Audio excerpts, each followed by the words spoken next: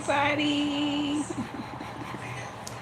I am here. I know I have been missing in action, but apparently I've been dealing with side effects from the chemo that I received last week. Good news is I'm off of the IV chemo now. I'm taking chemo pills. So now the situation is since I received so much chemo within a small amount of time, my platelets are very low, so I have to keep getting platelets and potassium. Uh, I was missing for a couple of days because it hit me, y'all. It hit me. My side effects included nausea, headaches, fatigue, mouth sores. I think the hardest part was being humbled. Like, you could be tough as nails, but it will, like, the side effects were, hey, Diana's Homestead. Hey, girl, hey. I enjoyed watching you in your garden.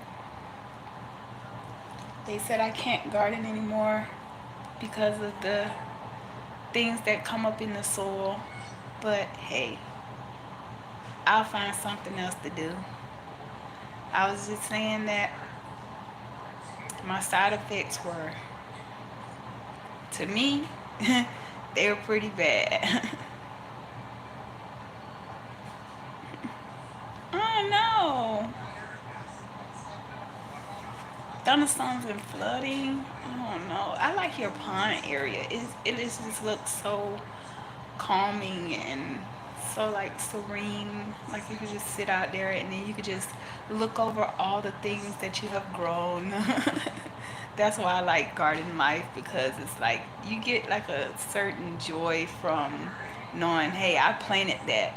And I do like you like tested different things with your onions and stuff. I do like that. Yes, very tranquil.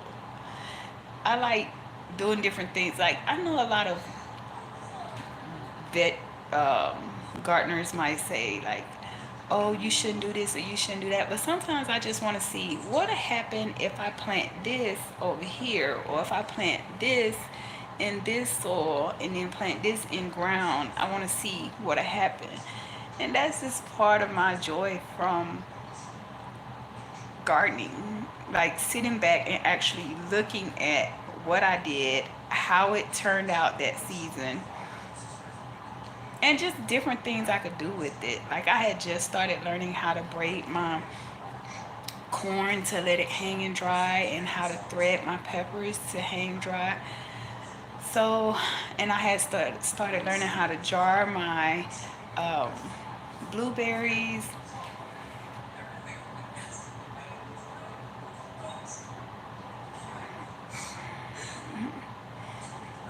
Yeah, I had just started really getting into, like I said, like I like your name, Diana's Homestead, because I always have wanted a homestead. I always have been into that life.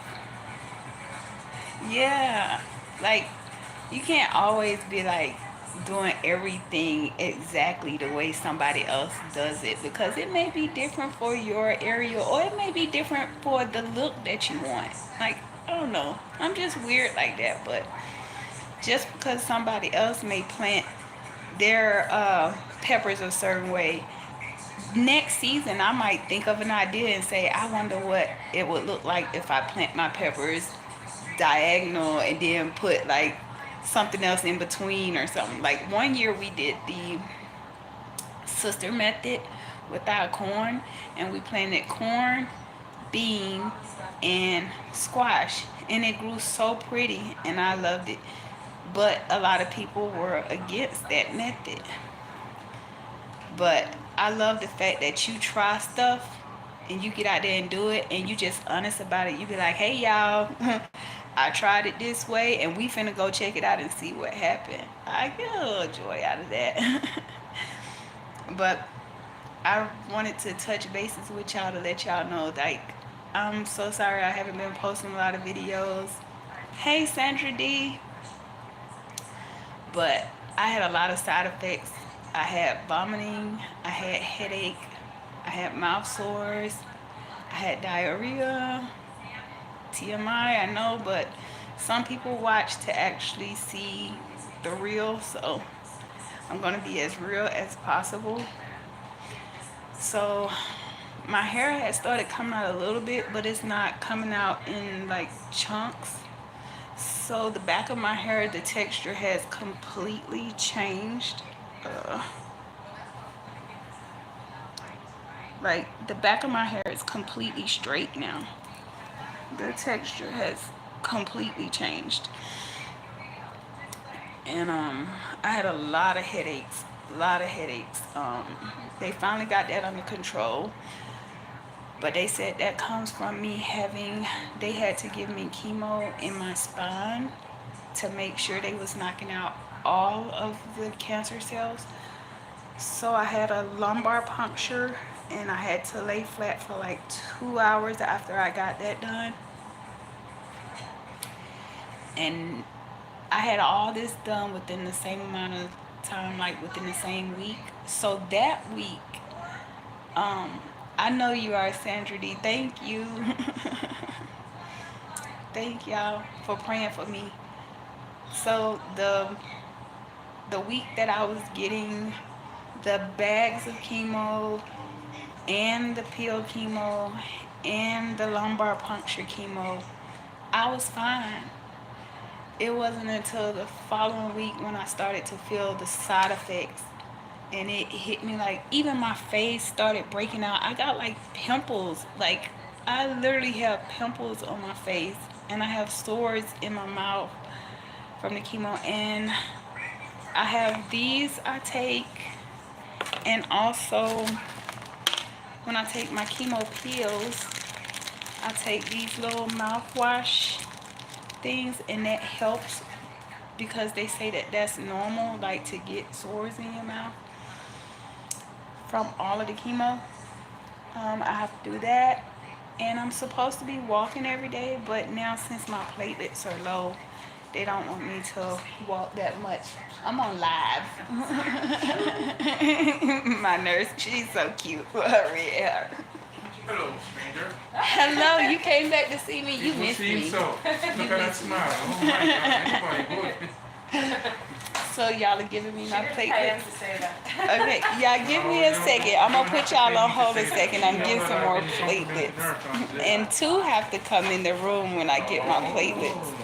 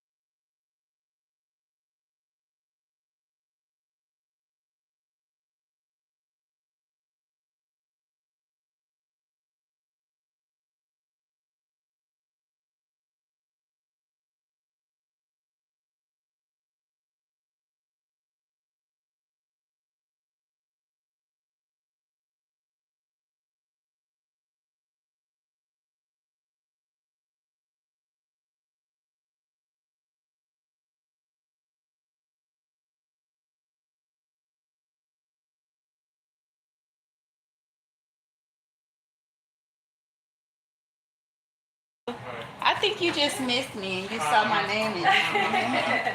Well, he did say what room. I made a comment until I told him. Yeah, I had him one night. He was cool. He's awesome. I'm just gonna grab one more set of shoes. Hey Opal, hey Tam Tam. Be right there. Okay, thank you. I was just explaining why I've been missing in action. I had a lot of side effects, but the doctors are still very pleased with how my body responded to such a high dose of chemo within a small amount of time. They're just a little frustrated because all this time when I've been complaining about the pain in my ribs going around.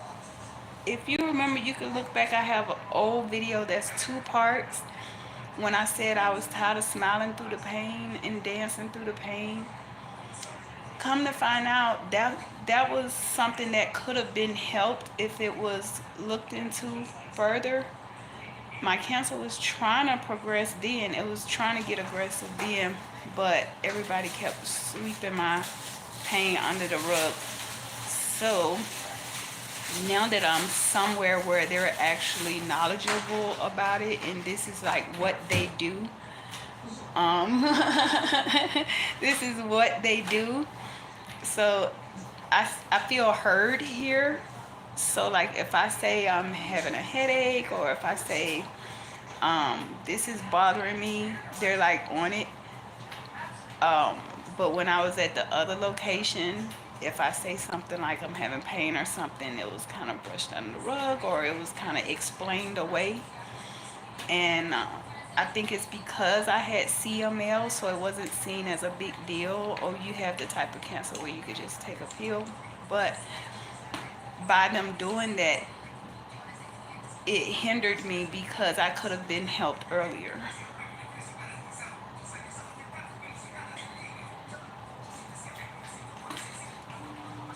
Don't hurt the harvest, hey. I'm like I'm still watching all of my garden friends, and I just enjoy watching them. I was just telling one of them that I enjoy just watching her like do her experiments in her garden. It looks See, so, that's not your. and it's cool because you see some of her earlier videos when she actually started planting some of the stuff, and then now to see it all like flourishing is so That's beautiful. awesome. So I try to enhance like or complement preschool with like homeschooling. So Sawyer and I have been companion planting. And I Yeah. was just talking about companion garden. Well, we called it sister gardening. We tried it last year, and I loved the way it looked in my backyard. Um, I do companion planting also.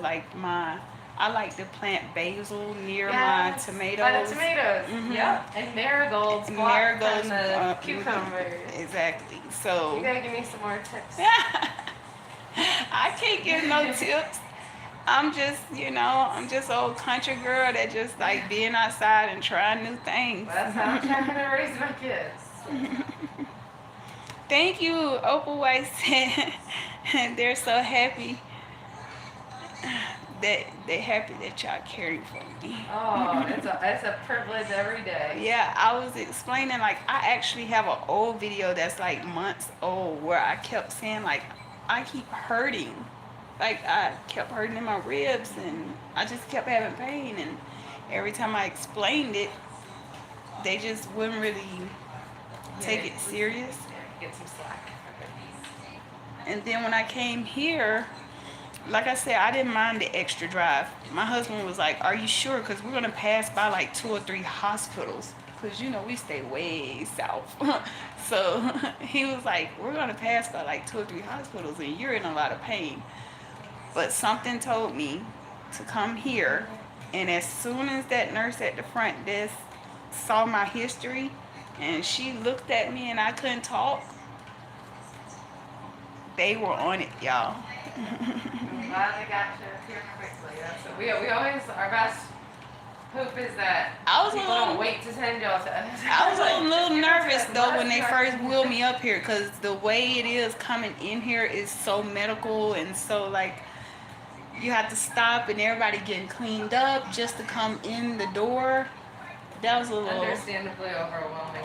yeah, that was a little intimidating. yeah, I was like, wait, whoa. And then they were explaining to me that once I come in here, I may be here for like a month. Yeah, that's what I feel. I feel like God directed me here because I could barely talk. Y'all know because I was doing some lives where I could barely talk without being in extreme pain. And that day I could barely talk because my tongue had swelled up so bad and I was just hurting all over, like all my bones.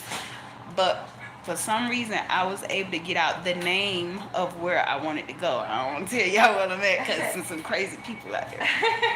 But I was able to say the name of this hospital, and they understood that. I I think we have VR if you need it a little bit too. I always try to remember to tell patients, and I don't always remember. We have some virtual reality goggles if you ever need to kind of just like, because we understand that it stinks to not even be able to leave the unit. So we have some virtual reality. I think it's like You know that scenes sucks for stuff. me. You see how many kids I have? Let me see if I can show a little glimpse of my wall. Would y'all like to see my You want me to wall? hold it for Hmm. them? You want me to hold it up for them? Show them all? Yeah, you. Well, nah. You get? I'm see. I do it from a Okay. distance. I do have to give you this though, that's all. Yeah, you gonna give it to me in Okay. the arm or the belly? I'm okay with whatever you prefer. I gotta get a, what is it, Zarzio shot? Yes, this is the little booster to get that cell count up. This is what I call the bee sting shot. Alright, ready? Mhm. 1, 2, 3. Let me know if y'all want to see my wall. Look, she said, yes, please. I'd love to. So, my hubby, he knows that I'm like missing home. So, this is what he came and did for me. And they have fairy lights with all of the kids. And I love my little fairy lights. Did y'all see it? Y'all want me to show it again? He put like fairy lights going like this, and then he clipped the kids' pictures on there. I have to do a lot of, what is it, oral hygiene. So he was like, since you're always at the sink with your toothbrush and your mouth wash stuff, maybe you could watch the kids. That was so nice of him, and it was so funny because he was using the tape that they use to tape up my pick line when I'm taking a shower. He used that to put up the fairy lights because he said he forgot the hooks. Hey, my friend. Hey, hold up.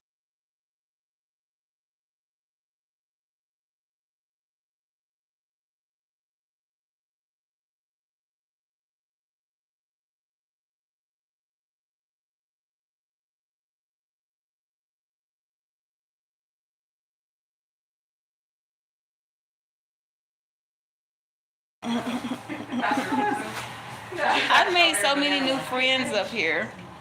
And I got one friend that I like her coming up here to visit me.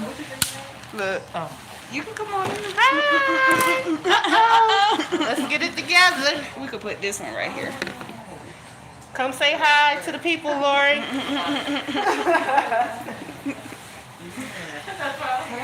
Hello, how are you? What it is? I'm on live. Oh, you on live? What up, what up? I'm outside because I'm a... That's I Lori. promise y'all I don't meet a stranger nowhere I go. Can I steal your friend? You can take that, but please don't return her. Don't. She is so nice to me. I like her.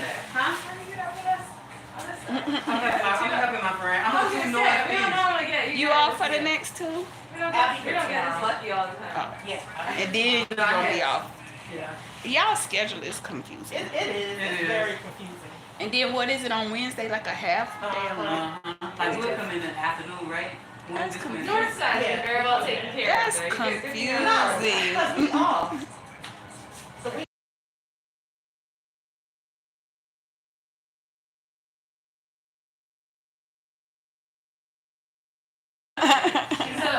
how the hospital the teams follow? I mean, Okay. like, it's not just our unit Y'all like where this my team lemon actually drop have this, earrings? like, the kitchen.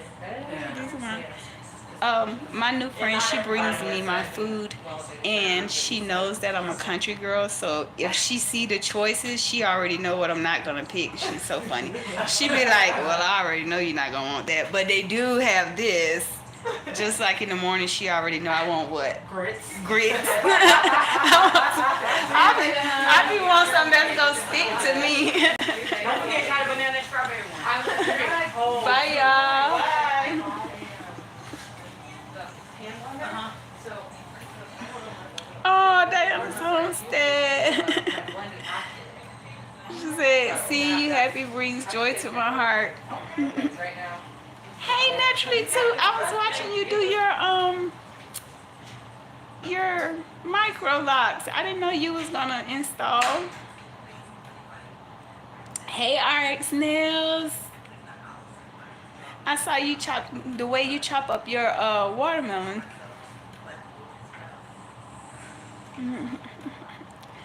Yeah, guys, like I had to get on here to just let y'all know, like, I'm okay now, but I did have a rough patch. I'm not even gonna lie, I had a rough patch, and I think when he brought me my earrings, I like different earrings. When he brought me my earrings, it helped too, cause like in the mornings, if I'm having a bad day, I just pick out some little cute, fun earrings to put on. And I was like, when my hair comes out, I'm still gonna be rocking my earrings. But it's not coming out like in clumps. It's just like every once in a while, some strings would be like on the pillowcase or something like that. I'm thinking when my hair comes out, I want to get some henna art, Oh, like I like flowers, it. because I love flowers. Find somebody that can do some flowers. We got some women out here that some staff that probably have some good connections for that too. Can I give you? Sorry. Can I give you the thermometer real quick? Is that okay? Thank you. Yeah, these my people. There you go. Thank you.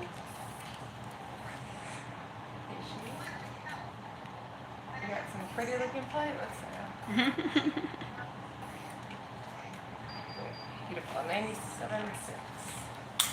We like seeing them come up looking like orange juice and not lemonade. So that's Oh my good stuff. goodness. What a way to put it. No, you can kind of tell. 139 already. I think the worst side effect, have you seen anybody who have like really, really bad side effects? Like, what's the biggest complaint you have? From the the chemo itself, typically nausea.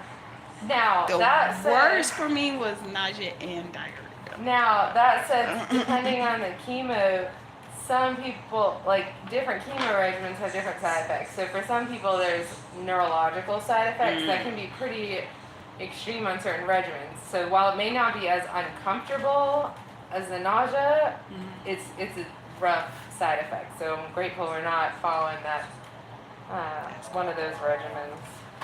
We can control that nausea. Naturally, too, you love my lemon earrings. I had some yesterday. I had the bananas on because I had bananas for breakfast. So it's weird. I just wanted to do something different. Are you good for right now? Who, me? You okay for right now? Yeah. All right, I'm fine. gonna come back on a little bit and unhook that. You did great. I'm gonna see what kind of. Oh, I gotta keep this on. Oh, I'm sorry. No, I'm sorry. I'm trying to scoot out and stay out of. I didn't get myself together as much as you did this morning, to be honest. Yeah. I try to doll myself up a little bit. It's a little depressing being in this room all day, every day. I'm motivated by it. I'm inspired by it. So you keep it up. I'm like sitting here sick, like I need to brush my teeth and wash my face. Have you used our special toothbrushes at all? I got one more left in the bathroom, but I used the two that was up there. And I can get you one. I love them. I feel love them so too. clean when it's especially when the mouth soreness started. Oh, when afterwards, I'm gonna take a quick look at the flashlight. Okay. Okay. All right. Enjoy your people. She's doing awesome. What a Look, trooper. You wanna get on there? I can say hi, everybody. Hi, everybody. She's doing awesome. This is a privilege to work with patients like this. All right, I'll be back to check on you, okay? All right, thank You you. are so welcome. And that's our tube. Sorry, our tube for the shift, okay? Okay. That's why I didn't Gotcha. bother to check in between. I knew you needed this. Y'all, they have been so nice to me up here. They're like, they can't believe I've had as much chemo as I've had. So when they see me like walking in the morning or getting up, like going to the sink and stuff, they're coming in here like they've seen a ghost. They're like, you do realize you had like 4 bags of chemo every day and chemo pills, and we shot some chemo up your spine. So they was like, the side effects that I'm feeling is actually like normal, but they're just shocked at how I'm taking it and I'm still like trying to move. Hello from Alaska. I love Alaska. I don't know if I told y'all that before, but I love everything Alaska. I love watching all kind of Alaska shows, and I don't know. I just hope that one day I can travel to Alaska and just sit back and watch the sky when it turns to different colors. A big up for Alaska. I think Alaska people are strong people. I love watching everything Alaska. Alaska Homestead, just everything. Homestead Rescue. Do y'all like that show?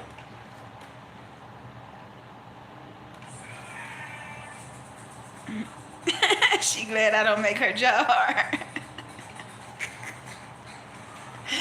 And they be laughing at me because I apologize when I get sick. They be like, what are you apologizing for? Like, we deal with this every day. And I had a young nurse come in here and work with me like 2 nights ago.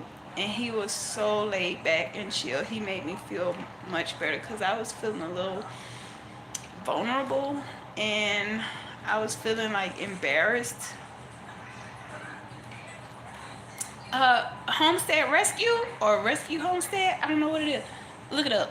You'll like it. I know you would like it. What they do is, if a family has gone in over their head and purchased land or something, and they started but they didn't know, some things messed up or whatever, what this guy and his kids go in and do, they come in and they help them come up with a system, come up with the whole format that will help their homestead to grow. You would love it. Check it out.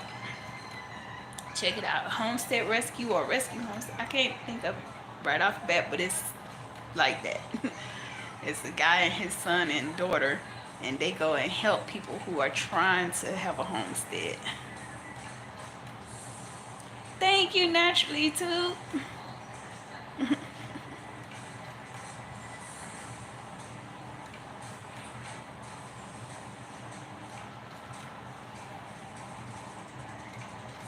Thank you. I'll try to keep being happy naturally too. And I really love the fact that you have been doing more lives now, because I sneak in on you from time to time and I click the thumbs up and you don't even know I'm there. But I'm so proud of you. I'm so proud of you because it seems like you're really coming out of your shell. You glad you caught my live, Sandra D?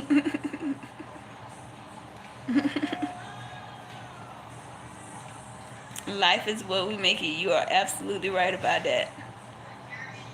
Thunder and lightning. Well, it's raining here, but it's not thundering and lightning. It's just like lightly raining.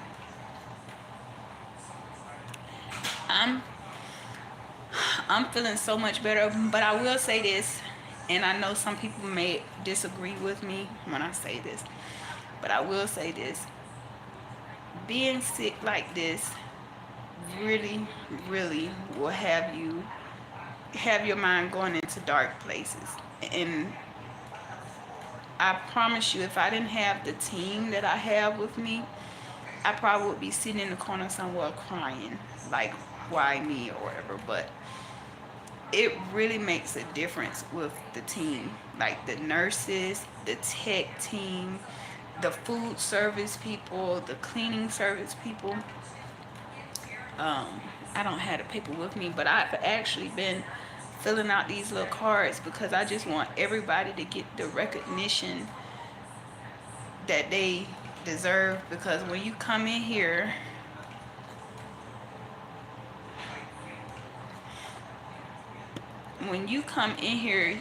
you're scared, you're nervous, you don't know what tomorrow may bring. You're only coming in here with your faith. And when I came in here, I just came in here with the clothes I had on my back, and to be told that I wasn't going to be allowed to leave for like a month until basically they purposely put me in remission. They're basically killing all of my cells down to make sure they knock out all cancer cells, and then they're going to try to build me back up. And since I'm a gardener, they had to explain it to me in gardening terms. They was like, put it like this: we got to till the soil, we got to take everything out, and we got to make sure the soil is prepared for what's to come. And then we're going to plant a few, you know, uh, healthy seeds. And when the healthy seeds start to sprout, the rest of the bed will start to understand what's going on. So that's the way they explained it to me, because everybody here knows that I love flowers, I love gardening, I love being outside, and they know that that's taking a toll on me too, because all I have is the window.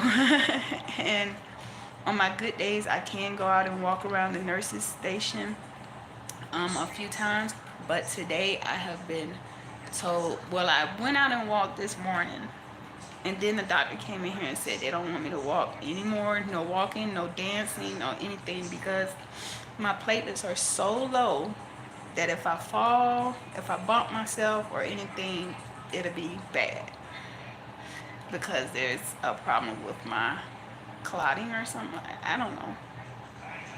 So I know, right? When they explained it to me like that, I was like, now I get it. So now my family's being screened to see who would be a match for me. And that's what I wanted to talk about. I'm really feeling like bone marrow transplant guilt, because I don't know what all it entails, and I don't want to cause pain on my family for them trying to save me. I know that might sound weird, but I don't want nobody to go through hurting or feeling like they're losing something or feeling like they're losing time with their family or something, because if they come here to help me, that's going to be a ride. Not only is it going to be a ride, but since, you know, due to the situation, they will have to stay within close proximity of the hospital, or they will have to actually have a room in the bone marrow unit. They will probably have to go through certain tests and, screening and all of that. And I feel so horrible knowing that my family is actually right now going through being swabbed and tested to see who would be a good match for me.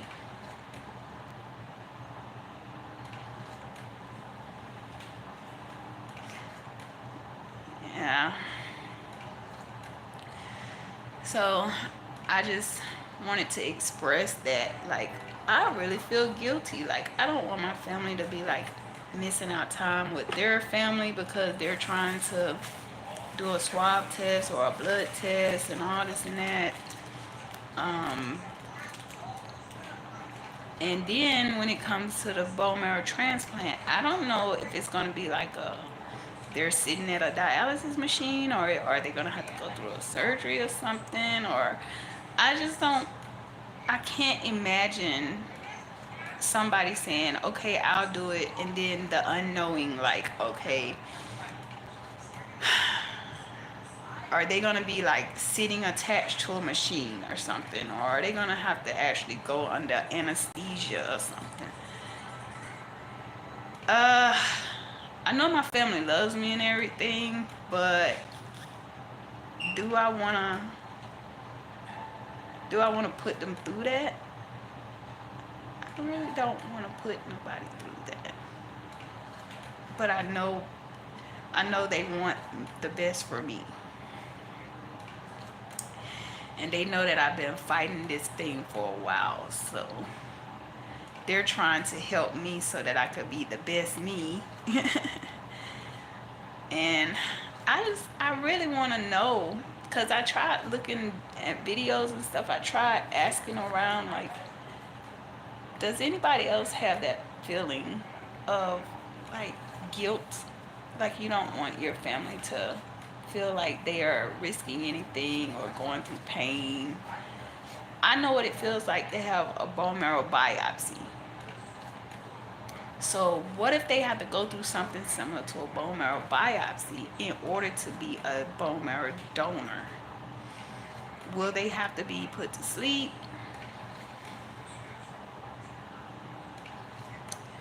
Not yet, but they're supposed to be. Diana's Homestead. That's a good question. If the doctors have explained it to me, they they kind of explained a little bit as far as the screening process, but they said that they was going to come in and explain to me in further details. But they said that it's not. Yeah, they want me to have a bone marrow transplant. Uh, but they want to explain to me in further detail once they figure out what was it, something with the screening and everything, because just because my siblings and my parents are the same blood type as me, that doesn't necessarily mean that their bone marrow will agree with my body. um so I told them that I would like more education on it. And knowing this staff up here, if they know that you want to know more details about it, they're going to be on it. Trust me, probably in the morning, I'll probably have somebody come in here and say, "Hi, I'm from so and so. They tell me that you want to know this and that." That's pretty much how they are up here. And um, the caseworker, I really like her because she heard through the grapevine that I love language learning. So it was fun talking to her because she speak both Spanish. Well, she speak English, Spanish, and French. So we got a good laugh out of that, and I enjoyed like bouncing back and forth with her with the different languages. And we was just laughing at the fact that um, a lot of people don't realize that certain Spanish is different. So I like her coming in, and she talks to me and she says she understands that I'm bored sitting in here. So she wants me to reach out to her if I feel like it's anything she could do that can help.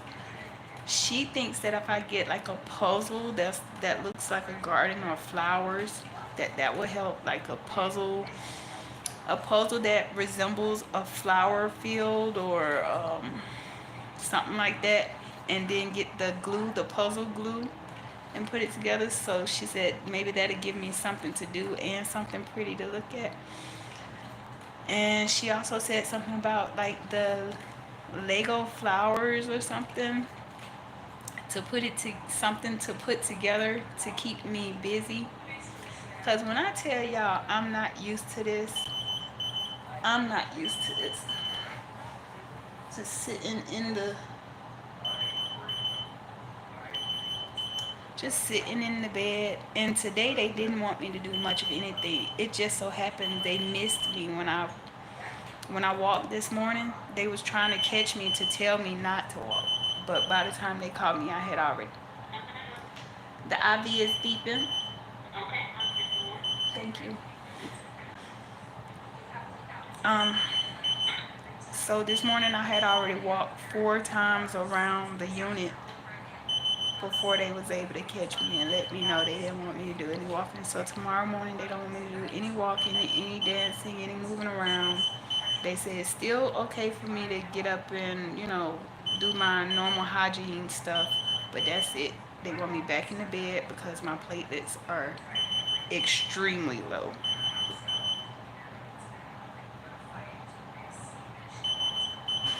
Do they bring some of the arts and crafts while I'm here? No, they don't, but they will suggest it to my spouse. So she was just making suggestions for him. They're very like they have a exercise room or something like that in here, and you can't just go in there. Like you have to be with the physical therapist or the nurse, and then they have to sanitize everything down before you can even do anything. If your family members bring you something to eat, they have to make sure it's nothing raw in there. No salads, no fruits that they can identify. Like if somebody brings some fruit in here for me, I can't eat it because the doctors don't know if it has been properly washed. Um, Clothes for me to change into, because as y'all can see, I don't like wearing hospital gowns. So I have my pajama. I have like a bunch of pajamas up here. All your clothes, they have to make sure they're all clean and sanitized. They're a stickler about sanitizing here. So I think that's why they don't do the whole like bringing you arts and crafts. I know when my son was at the children's hospital, they would come around with a cart and bring like movies, books, art stuff. But here, they won't even give you a deck of cards. Girl, they be like, if we can't bleach it, and that's what one of the nurses said. She was like, if we can't bleach it, it's a no. So, are they gonna come and help me with my BB? I think my, I think my platelets are done.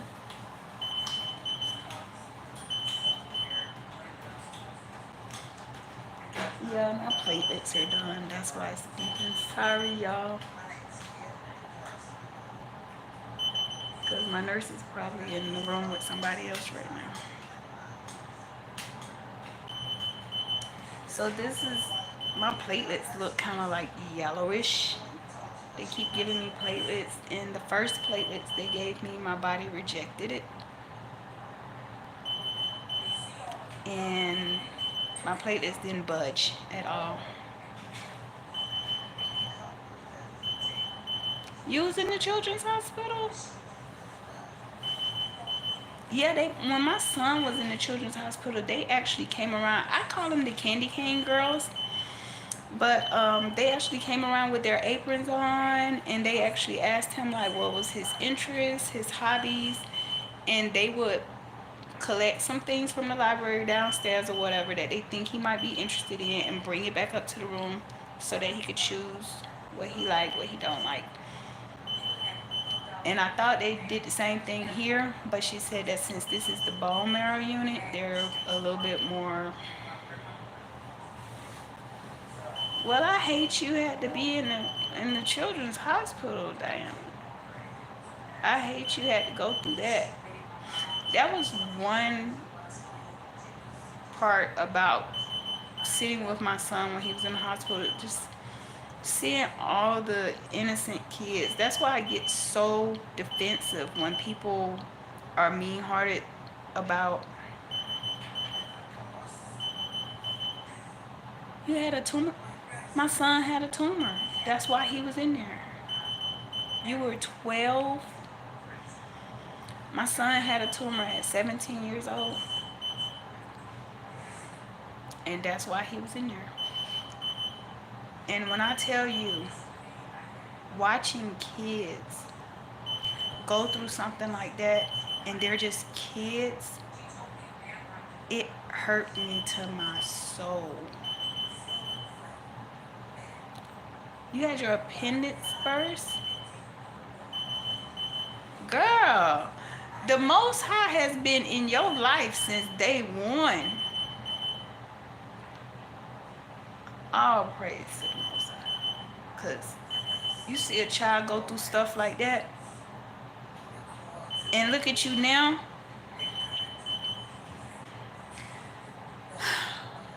Words can't express. Words can't express.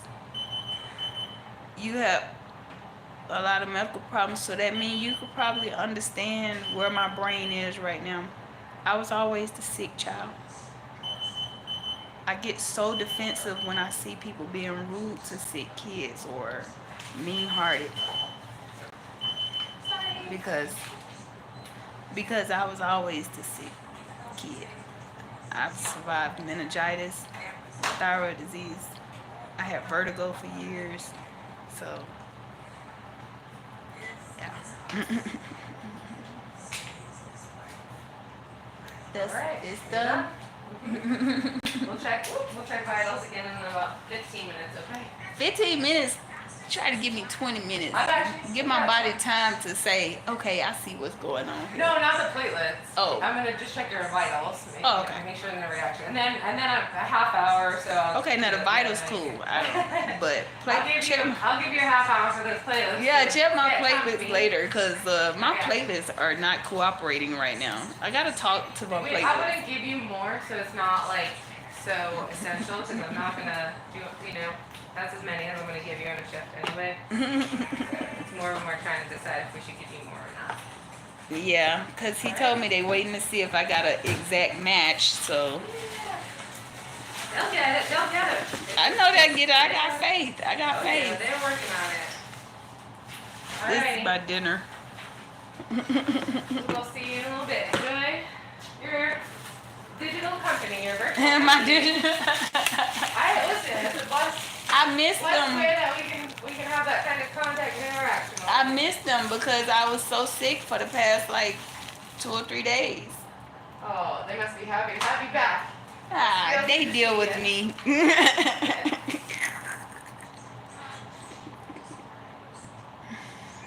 Wellness. What's going on?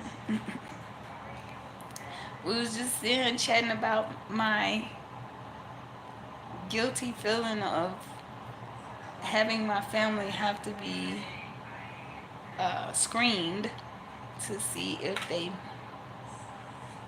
are a bone marrow match for me. Grow joyfully. You know what? I gotta say this. Grow joyfully homestead. Grow joyfully homestead. I woke up this morning and you had left some of the most beautiful messages, and I really appreciate you.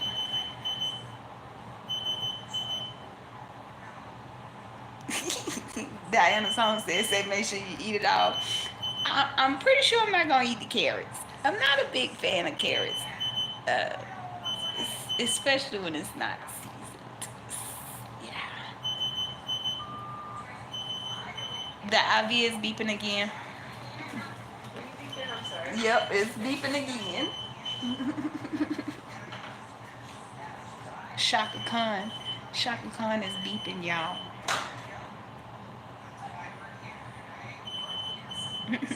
I've been trying to eat good, and that's another thing that the doctors are happy about is my appetite didn't change.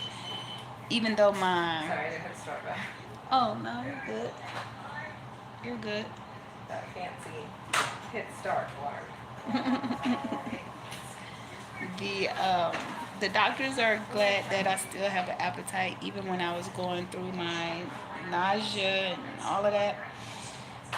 I would still eat good, so that's a plus. And the fact that I'm still like moving around and not just kind of laying around in the bed all the time. But now I have to lay around in the bed. That's crazy. Yes, Grow Joyfully is such a sweetheart. She is so peaceful.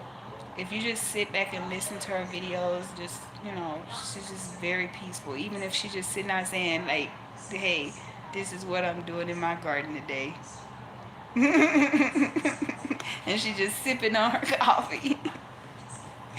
She is such a sweetheart. I think I already know who may be a match for me. And I think the doctors want this certain person to be a match for me, but I just don't want to put my family through any pain. I don't want them to hurt, even if it's just a hurt for a few minutes. Because, like I said, I know what it feels like to get a bone marrow biopsy. I don't know if it's going to be similar to that. I don't know. I don't know. Because I've been watching some videos and they're totally different. Some people are saying that they got a stem cell transplant. Some people are saying they got a bone marrow transplant. And the doctors are saying that once they figure out exactly where I am, they'll be able to give me more detail as to what they're going to do for me.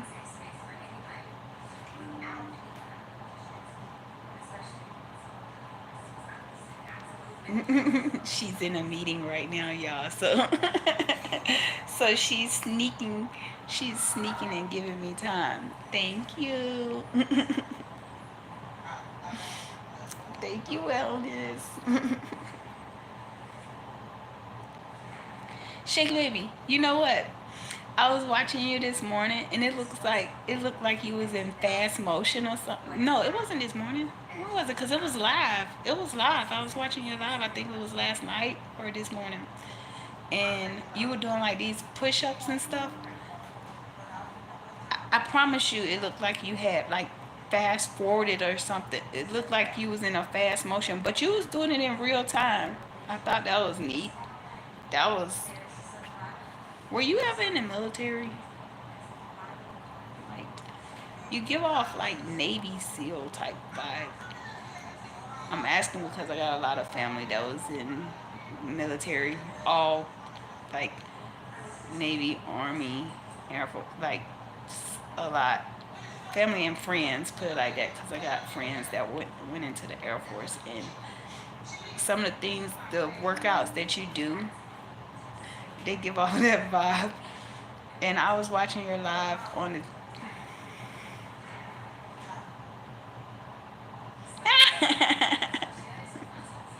You said this jelly can move. But you do some exercises that's just totally using just your body weight. Thank you, Grow Joyfully. I've been trying to be a fighter. I've been trying to stay strong, but when I tell y'all, when it hit me,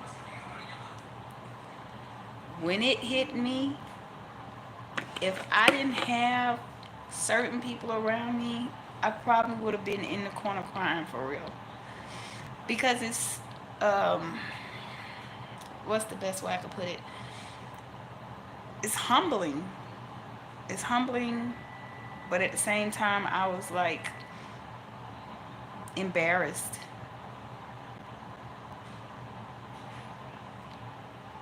I was, I was really embarrassed. I didn't want to be the person that they have to come in here because I'm nauseous or my head is hurting so bad that they have to turn off all the lights in the room. Um, but it did get to that point. It got to that point where I was sitting on the side of the bed and I was just not myself. Not myself. Wellness.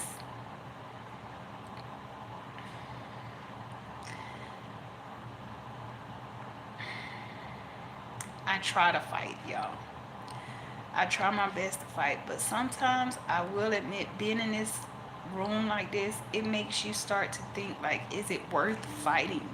I know I've said that in another video before, but it makes you think back on like, okay, if I continue to fight this and I beat this, what am I going home to? Like, is it worth it? But then when I think about my small babies, I think about my kids, that's the one thing that gets me. Like, when I think about my kids and my husband, when I think about my parents, my siblings, we had to bury my sister 2, almost 3 years ago. And to see the hurt in my dad's eyes, because she was my dad's daughter. Um, and to see the hurt in my siblings' eyes when they looked at me, I almost didn't want to come around no more. I didn't want to go around her kids no more because to be reminded that I looked just like her, it hurt. It hurt. But at the same time, it gives me a reality check because I don't want to put my parents and my siblings through that again. I will keep fighting Dana's homestead. You know, like I told my nurses, I said, I'm a country girl, so you know, I can I can see myself working through this. I can see myself getting through it. But it is one of those things where I'm a country girl to the extent of I don't want to look weak. I don't want to feel weak. I don't want to look weak. I don't want to feel like everybody got to do something for me. It's already weird that somebody comes in just to make up my bed, just to like change my linen on my bed.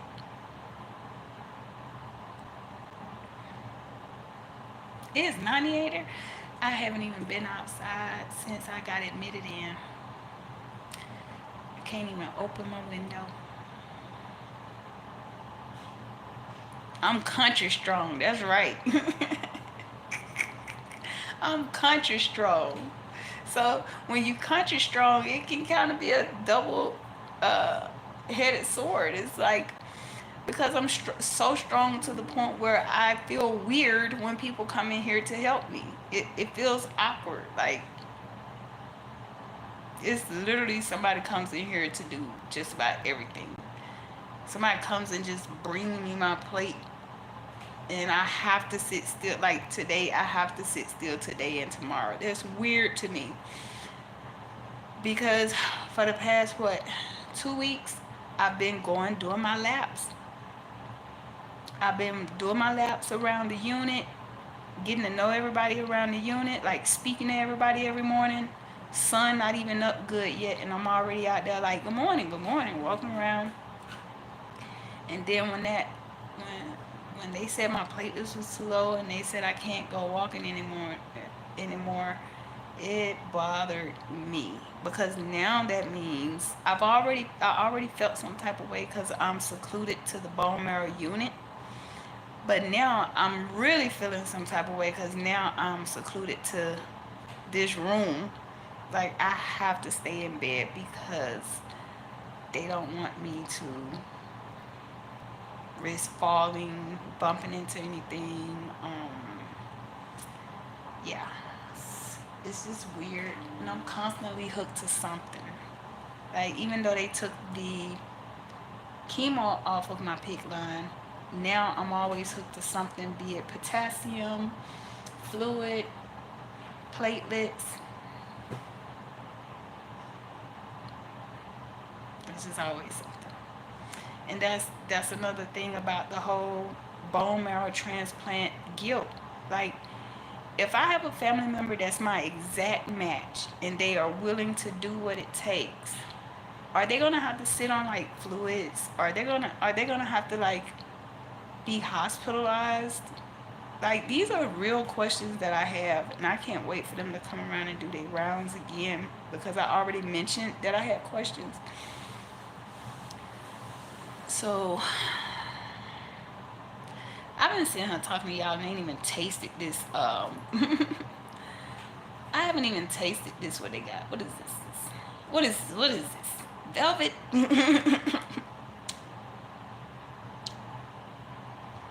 Okay, not too bad.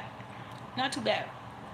It's like dressing turkey and mashed potato. The dressing is not my dressing, but it'll do. That ain't my dressing, but it'll work for now.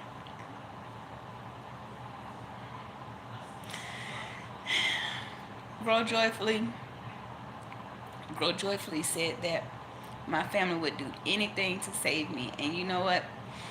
They would. They would. And I know in my heart of hearts that they would. But I just don't want them to be in any pain. I don't want them to be inconvenienced. Um, I just feel really bad being in this situation. That ain't no song said. I thought you wouldn't even in here no more. He told me, please eat. I don't want to eat those carrots though. The carrots look, they don't even look appetizing.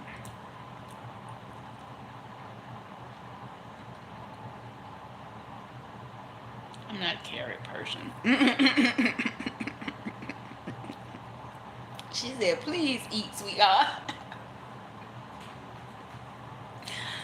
I'm trying, but I actually eat things with flavor.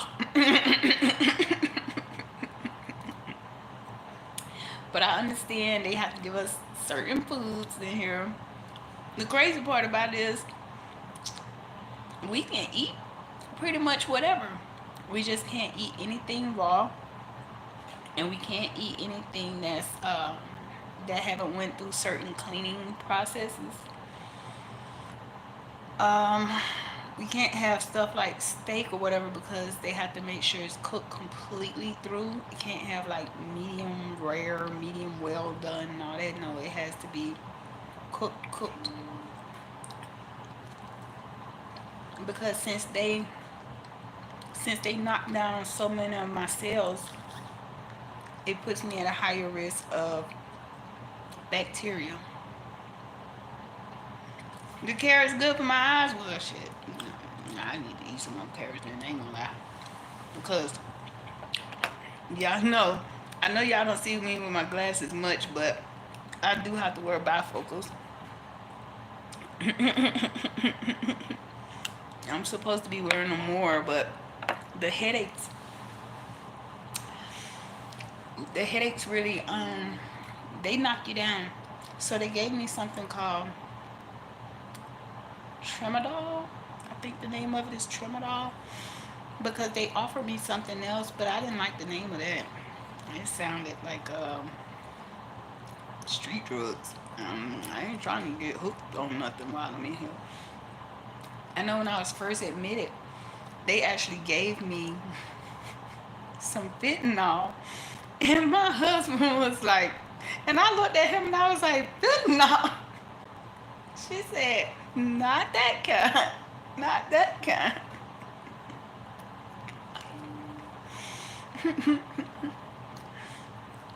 I was like, good grief. And she said, we have to give you this because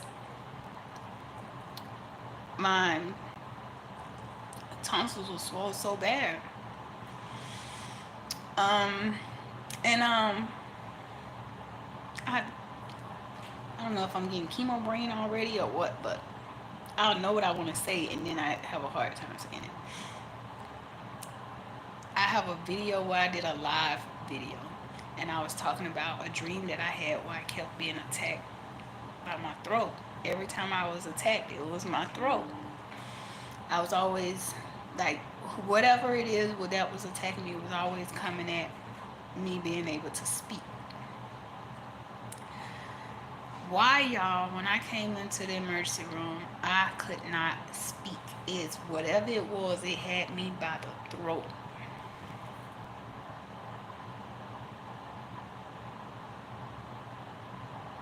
You had to take it for your kidney stones?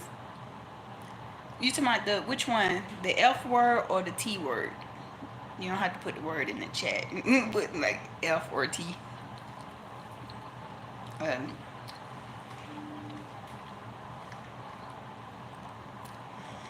y'all want to know one thing I don't like?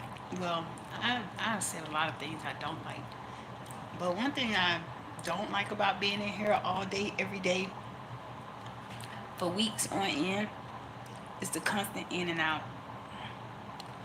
They say that this is like your space and treat it like it's your home. There is no way. There is no way. Earlier today, I had a really bad headache, and it was people in and out, in and out. It was so nerve wracking. It made my headache worse. Some people that were coming in here had nothing to do with what was going on with me medically. Like I said, the social worker, I have no problem with her coming in because she's cool and we have some things in common. And I like the fact that we can kind of bounce off of each other. But all these other random people from the hospital talking about they coming to see if I can pass out information to my family about blood and all this and that. The doctors already got that covered. The doctors are already okay. Yeah, that's what they've been giving me when I have my really bad headaches. That's what they're giving me. Um, but all these other people that say that they're with staff from the hospital or they're coming by to, like, Lord knows I don't want to say this, but the chaplain shouldn't be coming to see me all the time. Like, let me heal, let me rest, let me recoup. But I don't need people coming in and out all day because it's starting to wear me down. If you're not my nurse, my doctor, or my tech, I feel like you shouldn't have that much easy access to me. I can literally be in the middle of sleeping and somebody will come in and say, "Hi, I'm from so and so."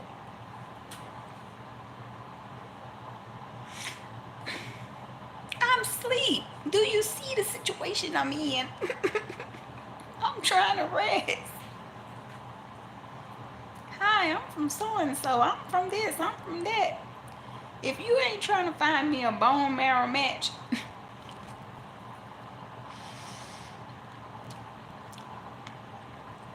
if you ain't trying to get me better so I can get back home to my family, you should not be having that much access to me all throughout the day. Like, you just randomly coming. It's like you don't even have a warning to say, like, well, around this time such such may come by. No, they just, and then they knock and enter at the same time. This is not my home. Right. That it's, you can't get no rest.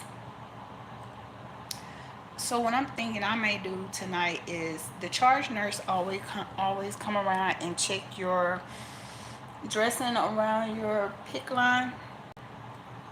And I'm thinking that when the charge nurse come around, I'm going to ask her, is there any way that I can request that they limit the amount of people coming in and out of my room if it doesn't have to do with my actual health. Like I said, I don't mind my tech coming in, my nurse. Sometimes two nurses come in when they're giving you blood or platelets or something like that. I understand that completely.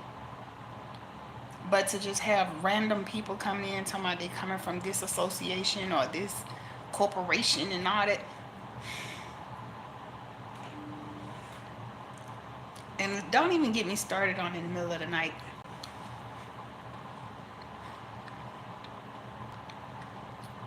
They already got to check your vitals every so often at night.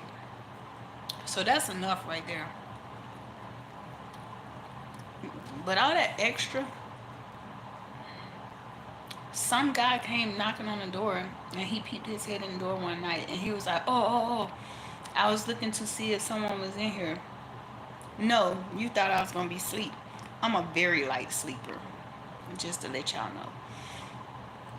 So I can hear when someone is actually approaching my door, or I can hear when as soon as they get to like the handle, they can just barely touch the handle and I hear it. And I had to tell one of the nurses because she was laughing at me because she tried to like lightly come in the room, but I had to tell her like, ain't no sneaking with me.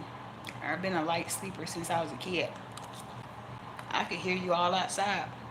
Sometimes I pretend to be asleep and I could hear your whole conversation. And I just act like I was asleep the whole time. Found out a lot of things like that. It is the worst. And they do that in the children's hospital too. I'm pretty sure you know that. With all that the Lord has brought you through. When my son was in the children's hospital, I would be asleep on the sofa on the side, and they would come through that all through the night, all through the night. At first, I would get up every time they got into the room. I would jump up because I wanted to see what they was doing. But then when I started to realize, oh, they just coming in here to check his vitals, make sure he's, good through the night, I stopped getting up every time. I would still be up because I'm a light sleeper. So I would still kind of open my eyes a little bit, watch what's going on. Or either I would speak to them when they come in the door and say, hello. But I stopped jumping up every time they came in because when you're a light sleeper, sometimes it's hard to go back to sleep. Sometimes it is hard to go back to sleep.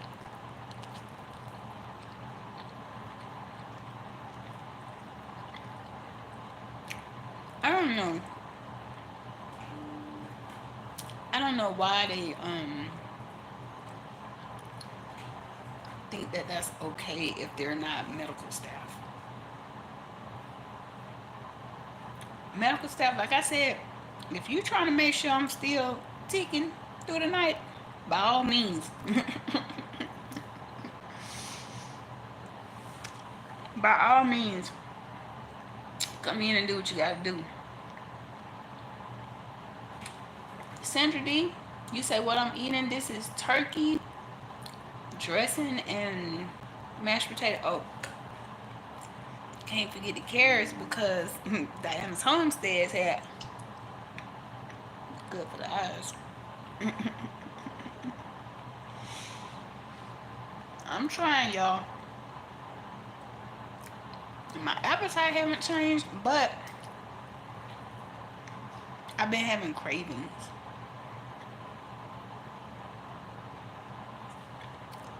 So you get me, Diana. She said, yup. Y'all, I was so proud of my daughter. Last night I'm laying here. I had been craving some pasta. I wanted some pasta so bad, some shrimp pasta. Guess who come walking through the door? Hey, honey, sweet tea. Y'all, I was laying down and my daughter came walking through the door with some Olive Garden. Lil Renee. Lil Renee came through the door with some pasta. Honey Sweet Tea said, hey to everyone in the chat.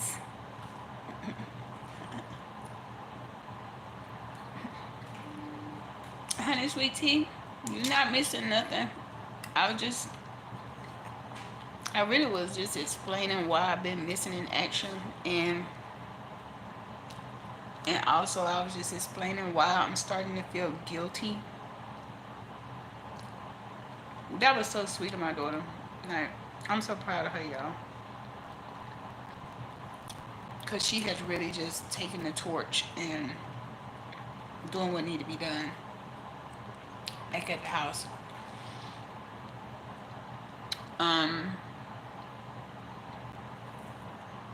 I was just telling them that I'm feeling guilty because now my family has started going through the swabbing process.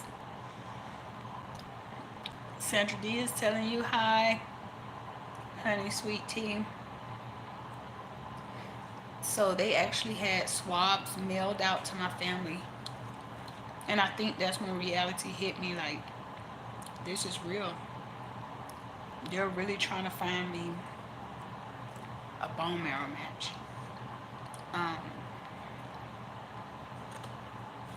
I just don't want my family to hurt. I don't want somebody in pain.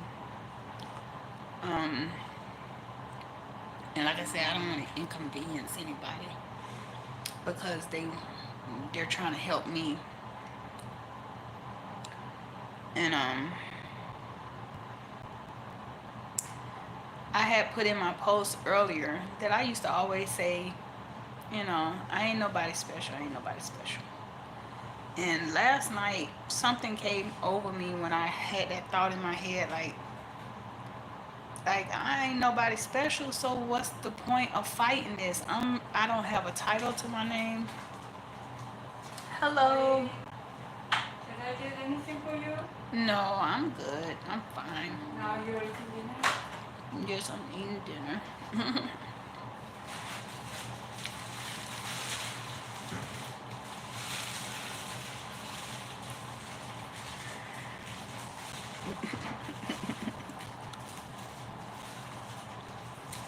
Grudgefully, you still in here? I thought you was out of the chat. Thank you. That's what I was gonna say. Like I always say, you know, I never have really been like an important person in the world, and I used to always say that like I'm just a mom and a wife. I'm just a mom and a wife. And last night I kept thinking that to myself, like that's what the doctor said. Grow joyfully. The doctor said they're glad that my appetite didn't change because it helps to nourish my body.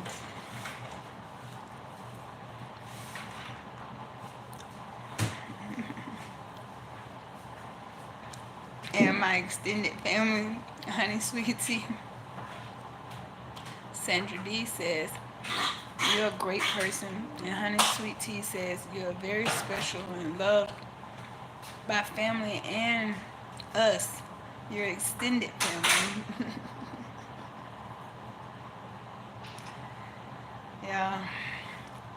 When I tell y'all last night I was in a bad place, like mentally, I was honestly sitting here like saying, and I expressed this to my mom too. I said, I want to ask the doctors, what's my probability um, if I decline the transplant?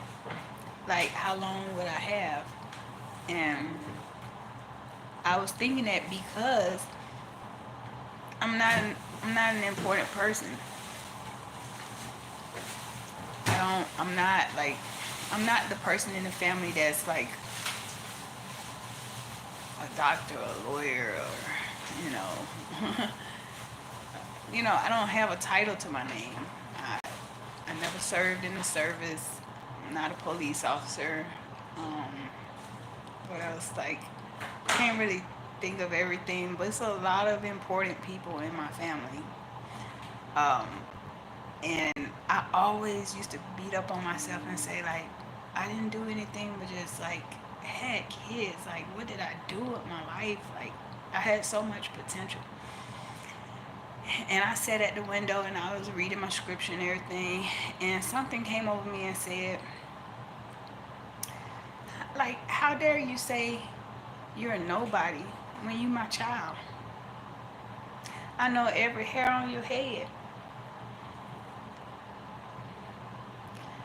So that's why I posted what I posted today when I said I used to always say that I was just nobody or whatever, but I'm gonna stop saying that. I have to stop saying that. I have to like reprogram my brain to start saying like I am somebody important. I am exactly who I wanted to be as when I was a kid. I used to say I wanted to be a wife and a mom. I admired the women in my family who were able to be there for their children. I admired that. But now it's frowned upon. Like people look down on women who can, um, like be a stay-at-home mom. I want to stay-at-home mom the whole time because I used to work and I talk about it a lot. But I always have wanted to at least be available to my children. And I admired the women in my family that were available for the children and their grandchildren. And I used to like ask for that when I was young. Like I want to be a mom. I want to have a big family. I want to be the matriarch. I want to take care of my kids.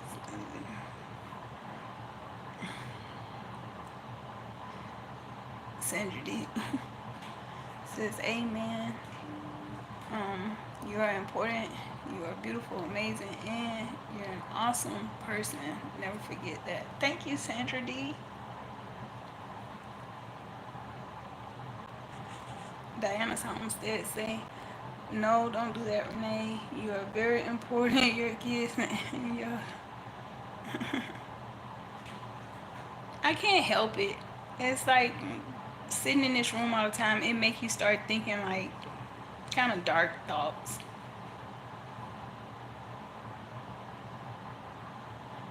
It and you're right, and I'm gonna do what I gotta do for my kids. That's why I really like my pictures. I'm gonna show it again. That's why I really like my pictures being on the wall, because it reminds me like I do have a reason. Like I may not be perfect at what I do, but nobody is perfect. But that that sense of peace came over me yesterday when I was thinking like, what's the point in fighting? I'm not anybody special. I do have family members that kind of look down on me because I don't have a title to my name, or I don't have money or glitz or glam. I can see the look in their eyes when they looking at me from head to toe. I see it and I recognize it. But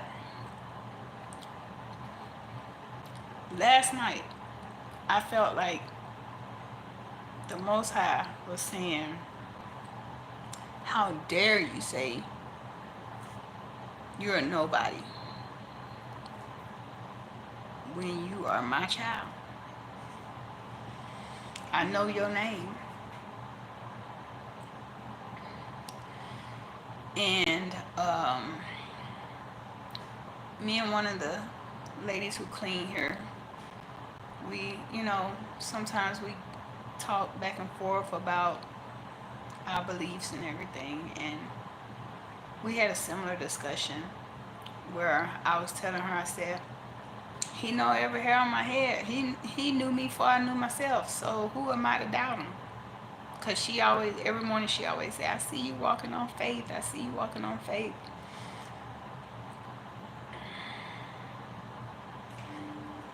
Grow joyfully is just a part of being in here. I think it's a mind thing too, because like I said, when you're in here, you start thinking of everything. You start thinking like, what did I do to deserve this? Like, am I being punished because of something I did like in another life, or am I being punished because I did something when I was young and didn't know no better or something? Like, and then I started thinking about the times when I was growing up when like certain family members would feel like they didn't want to like play with me or be around me. Then I found out one family member didn't want to be around me because they felt like I had a lot more than them. And then as we grew older, now the same family member feels like I have nothing and they're above me, so they kind of look down on me. So I sat here and I was just like, what's the point? That's what I kept asking myself. What's the point?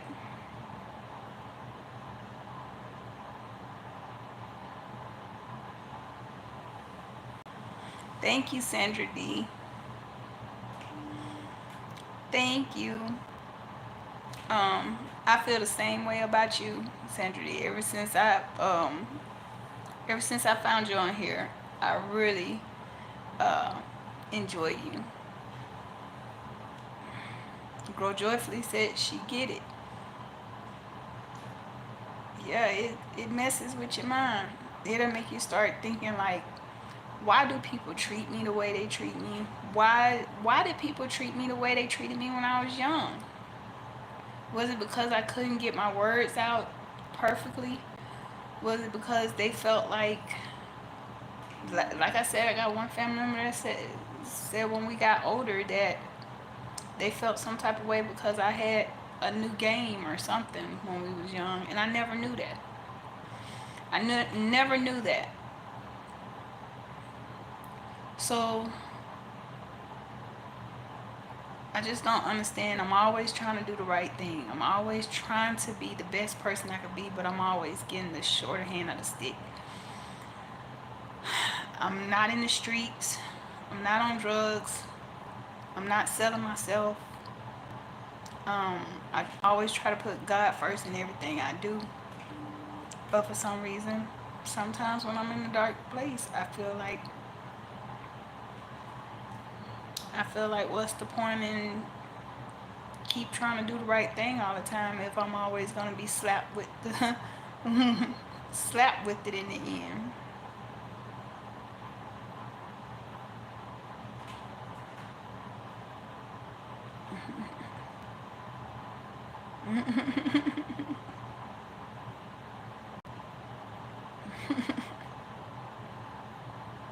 Yep. Yep. I don't understand why this is happening to me. And then on top of it, I do have a sense of like peace for whatever may come. I don't know if I'm wrong for feeling that way or whatever, but I just have a sense of like, you know what? It is what it is. It is what it is. I've done all that I could do. I've tried to be the best that I could be. But for some reason, I feel like I was never ever good enough for anybody. I was never good enough for nobody. I see it here on YouTube. You can be supporting people. I don't even want to really get into that, but I've noticed how people will mimic me but won't support me. I've noticed how people will give each other shout outs and put each other on their community boards, but they won't do it for me. I've noticed how some people will only uh, acknowledge members. And I'm like, there you go, falling into that rat race again. Now you're making it where, oh, I'm only going to communicate with members, or I'm only going to acknowledge people who send me uh, gifts or whatever, or I'm only gonna. So I don't want to be a part of that. Okay, well, I thought she was gone anyway because she was in the meeting.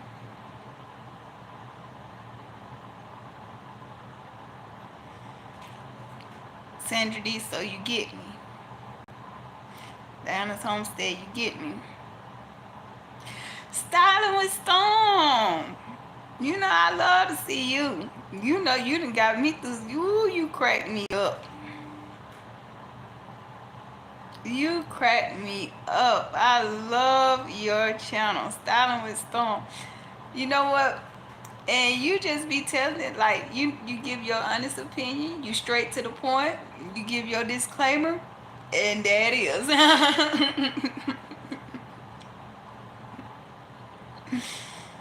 But yes, I'm feeling much better.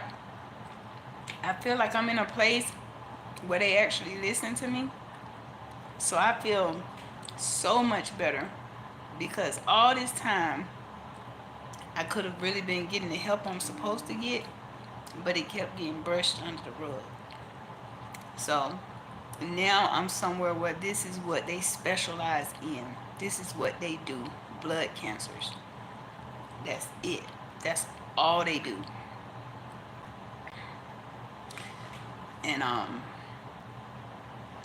just thankful that they couldn't hardly understand what I was saying, but they understood that when I said the location where I wanted to go, they understood that. Who? Which one of y'all told me I better eat all my food? I probably got him wrong with that.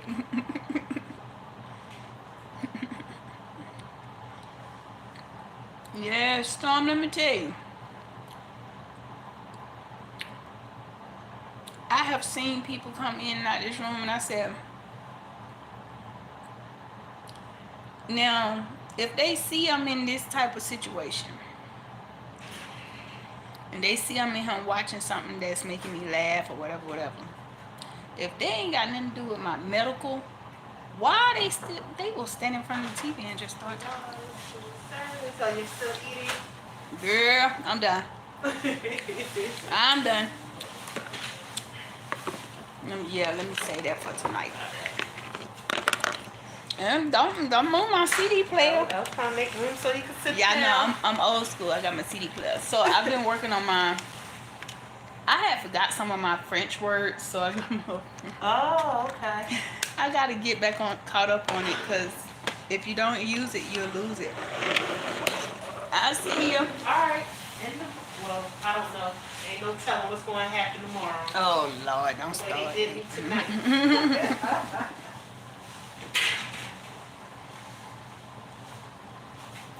Yes, they still do, and this has saved me plenty of days in here too because you laughing at me. I like these because I don't have to worry about. I did something to it. I don't have to worry about ads, remembering a password and then like that. I just plop my little CD in there and I let it do what it do. See, when you got all that other stuff, the apps and stuff, it gets on my nerve. Well, guess what? You see it now. And then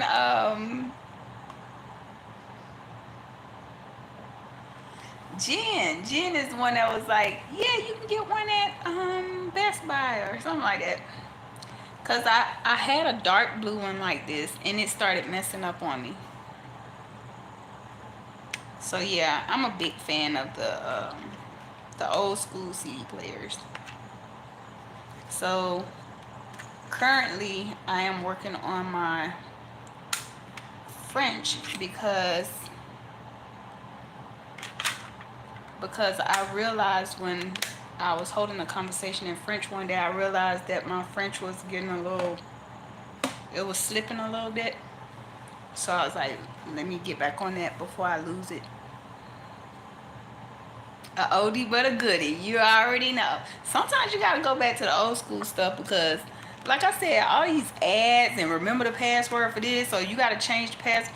Y'all know what I hate? I hate when they say you gotta change the password for something, and then when you try to change the password, they say, oh, you can't use that one because you already used that password. What doggone it will let me use it again? I don't know. Maybe I'm just getting old or something, but I don't like the whole concept of you purchase a program and then you have to keep changing the password to get in the program that you just purchased, and then when you get into the program, it's gonna keep it putting up pop-ups and ads even if you pay the extra fee for no ads. Y'all don't get me started. Don't get me started. But yes, I love listening to my somebody probably gonna copy that too. I'm so sick and tired of people copying people on YouTube. It's ridiculous. It's ridiculous. You'll see something in somebody's niche, what they do, and you do the exact same thing, and you don't even shout that person. You don't shout that person out. You don't even acknowledge that person. You just start doing what they do. Like what? That's a mental issue, if you ask me. You gotta go, Diana's Homestead. Thank you for coming in. Thank you for coming in. You have a great night, and I'm gonna be looking out for you. I'm gonna be looking out for you for sure, for sure. I gotta do one of these, whatever you call it, mouthwash thingies, because they're supposed to help with the numbing in your mouth. Honey Sweet Tea say she back. I'm back. I'm so mad though because all this time has gone by when I've been complaining like of pain, bone pain, rib pain. And it's something that they could have been trying to nip in the bud a long time ago. Even the nurse at the old place where I was going to, the nurse there, she was like really nasty to me and stuff. And now I'm looking back on it like, they better be glad I'm here. Because it make you want to go and just, approach some people. It may not approach them in like a real nasty way, but it make you want to go back and say like, do you realize you could have been a help to me if you would have listened to me?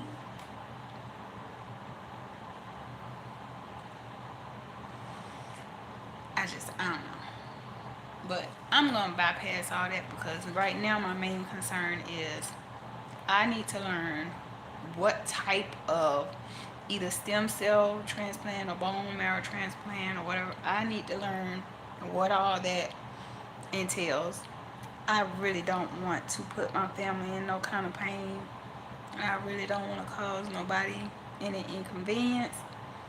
I'm just feeling really guilty. I'm feeling really bad about that. Like, and at the same time too, it's like I'm feeling like, would it be worth it? Like I said, I'm just a mom and a wife. Well, I said I'm gonna stop saying that, but in the back of my head, I just be thinking to myself like,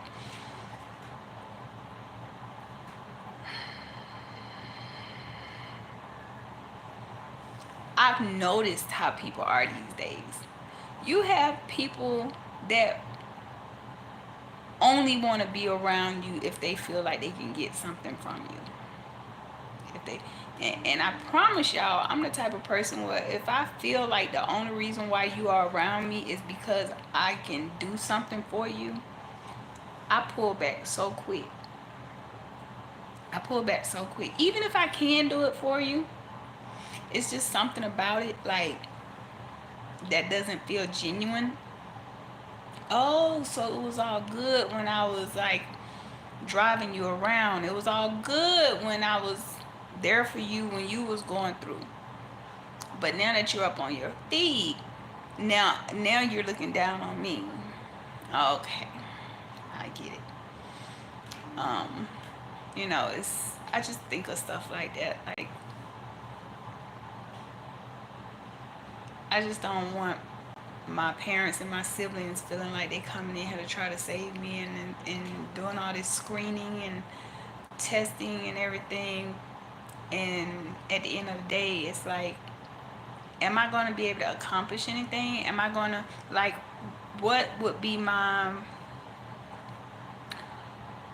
like I said, I really want to know all the facts. I don't want somebody to come in here and sugarcoat nothing for me. So I want to know my my lifespan time if I don't get a transplant, and my life expectancy if I do get a transplant. I just want somebody to just be honest with me. Hello, hello. Oh, somebody took out your. The tray, yeah, the food service. Mm-hmm.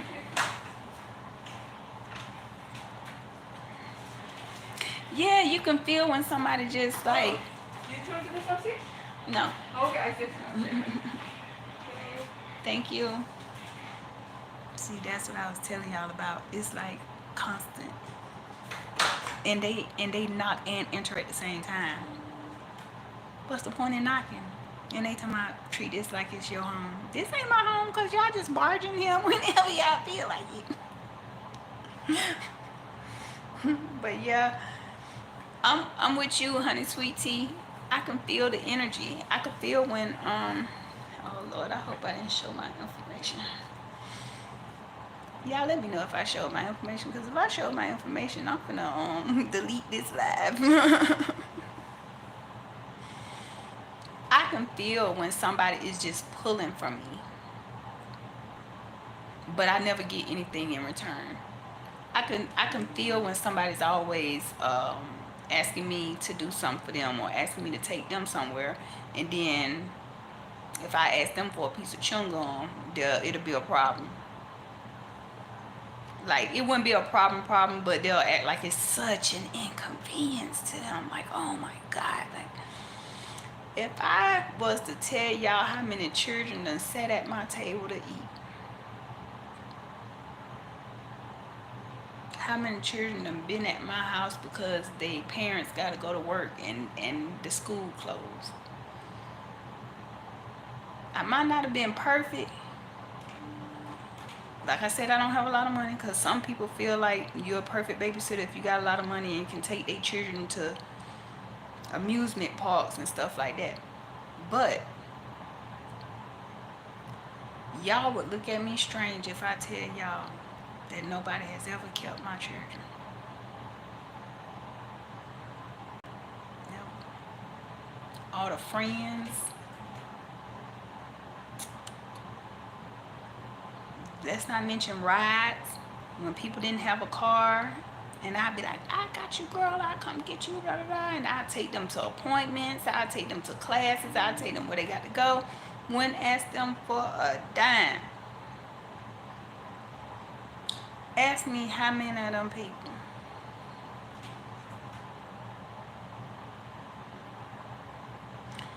ask me how many of them people come around me now that they have a car, or now that they have their dream job, or now that they feel like they have something.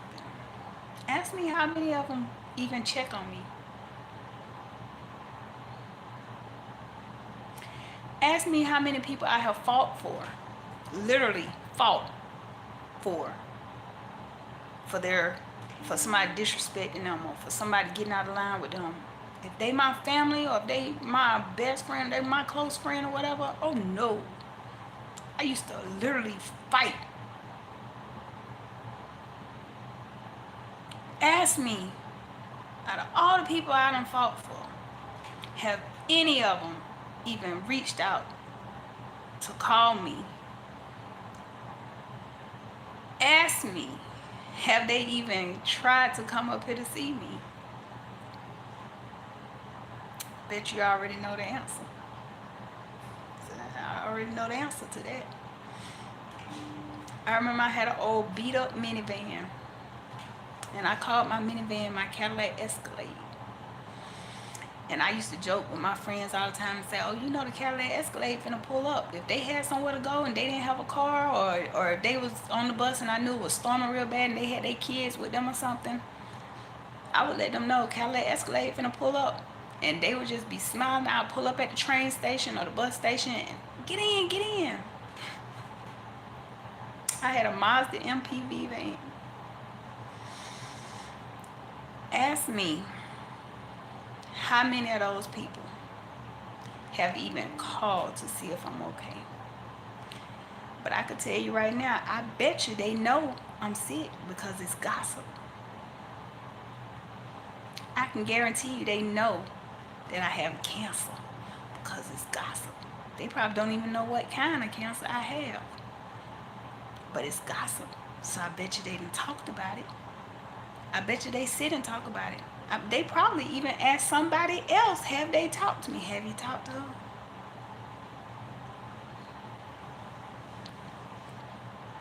The reason why I know this is because I've been around and seen the way they treat other people.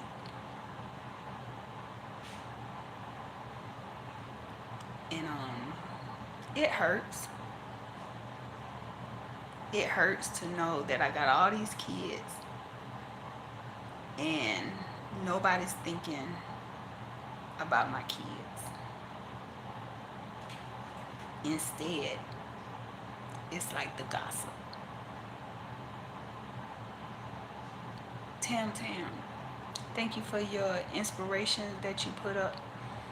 I was missing for about 2 or 3 days. I don't know exactly how many days, but I was dealing with those side effects. I'm so sorry, but I really enjoy your motivation and your daily reads and spending time with God. I really do. Because sometimes it be right on time, right on point, right what I need in that moment. So keep doing what you do. Keep doing what you do. But y'all, When I tell you, I sit sometimes and I be thinking, what did I ever do to these people for them to feel like that? You know,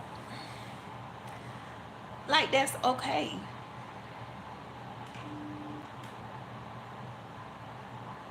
My beautiful sister, smile. You got this.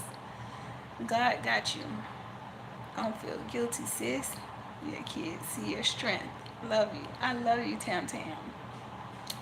I really can honestly say that. I started watching you when I used to get baby Cinco ready in the morning, and you would come on, and I would just sit the phone up in the bathroom while I was like greasing his face down and stuff and getting him ready for school, and you would just be talking about, you know, the works of God, and basically it would be like a morning reminder, morning devotion, I guess you could say. And that's how I kind of got into Tam Tam. Always Tam Tam. And I was sick a lot then when I used to listen to you in the morning, but at the time we didn't quite know what it was.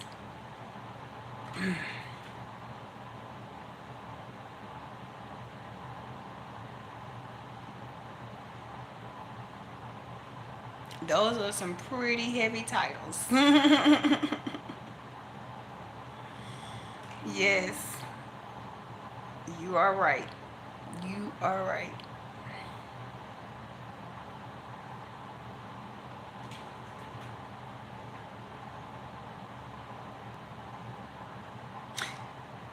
So you understand exactly what I'm saying, Sandra D. You have people that ask you for stuff, and if you say I can't right now or I don't have it, it's like, oh my God, like how dare you tell me no? It's crazy. It's crazy. I could say 1,000 yeses, but they're gonna remember that one no. And then I actually started saying no on purpose at one time because I started to realize people were comfortable with me not having as long as they had. I had a friend one time. Now this was way back in the day when flat screen TVs first became like a big thing or whatever. And she had called me up one day and said she needed help paying a bill or something. And so I said I see what I could do, and she added on to it. She said, and then I need some gas for the week. I said, "Oh, you sure?" I kind of felt some type of way because I'm like, that's a lot to ask of me. But you're my friend, so I'm gonna try to help. And y'all, I went over her house one day. Now, mind you, I was staying in my trailer. Love my trailer. I stayed there for 12 years, and I kind of want another one because I just like the aesthetic. I like everything about it. But I stayed in my mobile home for about 12 or 13 years, and we didn't have much back then. When I tell y'all, me and my husband started at humble beginnings. We started with humble beginnings. So she was acting like funny acting when she came to my house, like she couldn't sit on the sofa, like she was too good, and she would make little comments about staying in a trailer or whatever.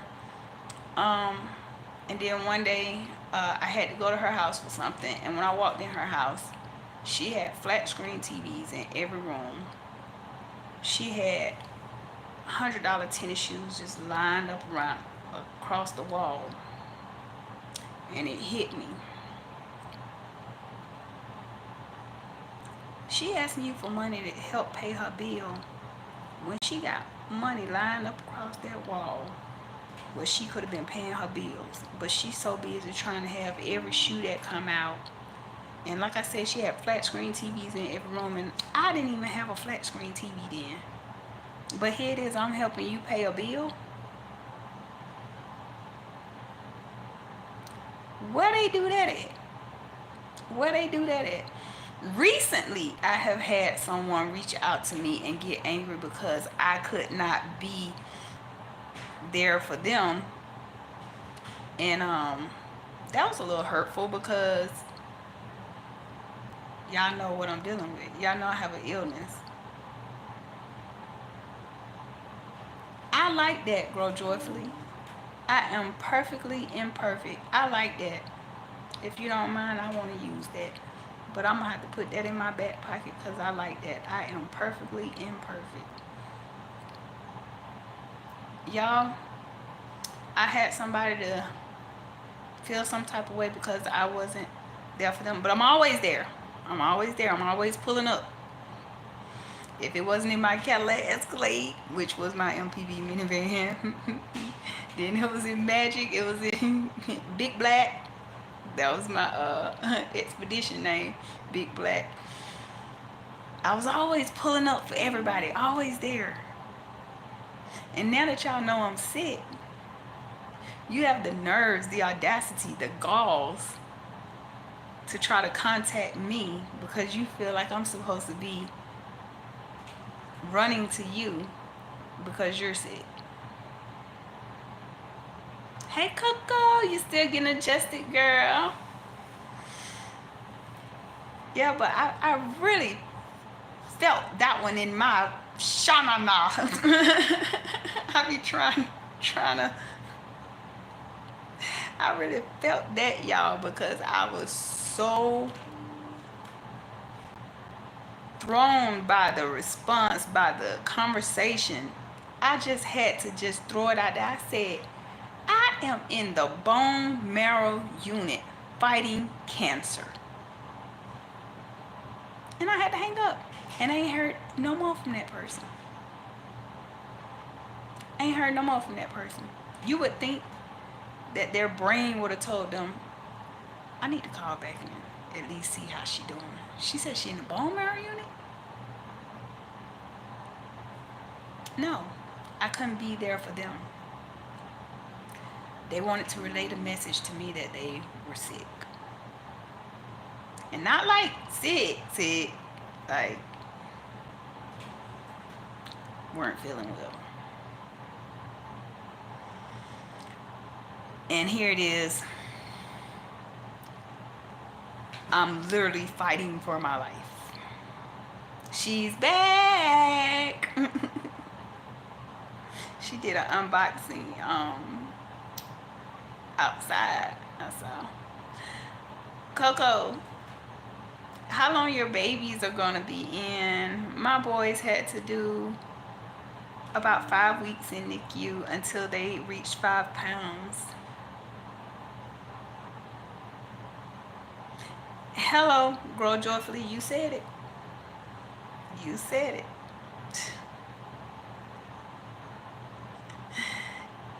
But it's very weird though. Yeah, my boys, they had to stay in NICU for like 5 weeks because they had to reach 5 pounds. Girl, you so funny when you went to that intercom thing. You was like, I'm here. Who I'm here to see? Like, what? He was like, my church. They're in no time, especially if you keep pumping the way you do. They'll be there in no time.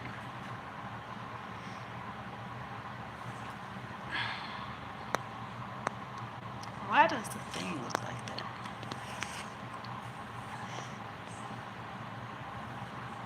I like the Coco, you still here? Give me a thumbs up or something if you still here, because my phone went completely out. I had to plug it back in.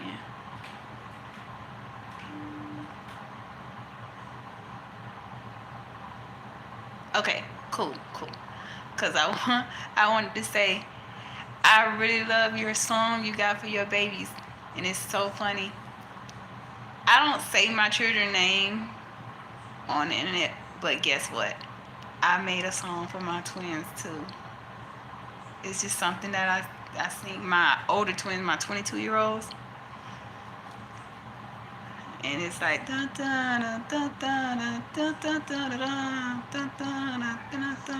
it's two of you little guys. That's what I sang to my twins. And when I saw that you had a song for them, I thought that was the cutest. Oh my God. That was the cutest, and the way you put it together with the baby shower. Oh my God. I was like, I'm not crying, you're crying. Oh my God. I'm such a crybaby. Yeah, me too. Oh my God, we have so many similarities. It's ridiculous. That's why sometimes I just have to make it my business to like actually go check your page because sometimes I don't get a notification for you. So I have to literally put in your name and go check because we have so many similarities. I'd be like, let me go check and see what mama doing. Y'all, I'm sorry my phone had went out on me. It's on the thing, but I guess somebody had unplugged something when they was checking my blood pressure and stuff. I was gonna ask y'all too, do y'all still wanna do grease night now since my hubby brought my fire stick up here? He brought my fire stick, y'all. So I could probably still do like a movie night if y'all want. That would keep me company because it's really boring in here. Like it's really boring and it's starting to wear on my mental. Like I be sitting here like thinking of everything. I be thinking about the teacher who believed in me when people used to make fun of how I talk or whatever. And I know that was so nice. I was like, thank you, honey. So now I can watch my favorite shows. And wellness, I don't know if you saw his wall he put up for me, but he put up some fairy lights for me with all the kids' pictures on them. I thought that was so nice. Yeah, but I my mind done went back so far. I went back to the point where I actually remember the teacher's name. Well, I don't know her first name, but her name was Miss Barnes. I know, sweetness overload with the fairy lights. I thought that was too cute. And then he got like little clips on it to hold the pictures. But I started thinking about Miss Barnes. I was like, Miss Barnes was just that teacher where she was like, you don't accept that. Yeah, I love the fairy lights too. So to this day, like people get mad at me when I say stuff like that about like if somebody come to me and say, "Oh, the teacher said my child can't do this, my child do that," I just quickly say like, "Do you think your child can do that?" Don't be so quick to put that on your child. Work with them. Work with them. If you feel like you can't work with them, find you somebody that you know can work with them. I'm a firm believer in that because when I was in elementary, I was in two labs. I was in the math lab and the reading lab because they felt like I had an issue with learning. This one teacher, Miss Barnes, she sat me out in the hallway one day and she worked with me on some like flashcards and stuff. And she was like, "You know these words. What are you doing?" Like, she really got on me and she was like, "You getting bored."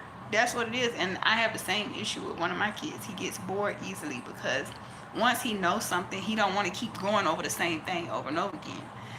So that they had me in math and reading lab and they tried to label me. But Miss Barnes asked for me to take another test in the library. And when I took the test, come to find out I was 2 grades above my level when it came to certain things like comprehension, and math concepts, and I forgot what the other one was, but I was actually above my level, but they had kind of labeled me as being below my level because I would just get bored and just wouldn't do the work. So I would never forget Miss Barnes. She when she took me in the hallway and she saw that I knew those words right off the bat, every flashcard she held up at me, I just knew it. When she did the multiplication flashcards, I would just say it and I just keep playing in my chair like whatever. And she was like, "Pay attention. You know this stuff." So to this day, if somebody say like, "The school said my child is, the school said my child that," it's okay to acknowledge it, but just work with them. Work with them. You never know. You never know. It could be that your child might be bored. It could be that that's not your child's niche. they might be excellent at science, and they might not be so good when it comes to literature.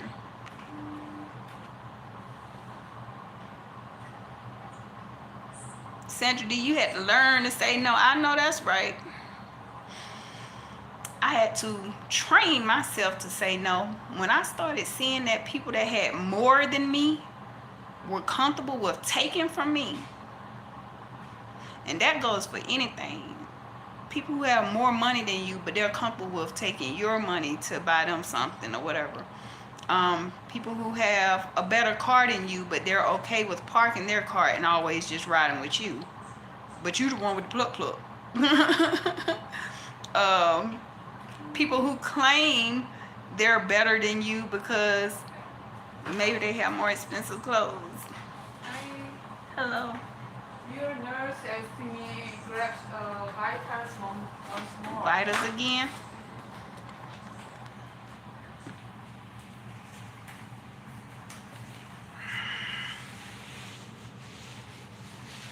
Did you have power movers today?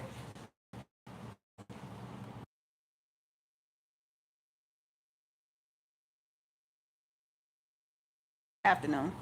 Okay, y'all. I'm gonna talk to y'all later. Okay.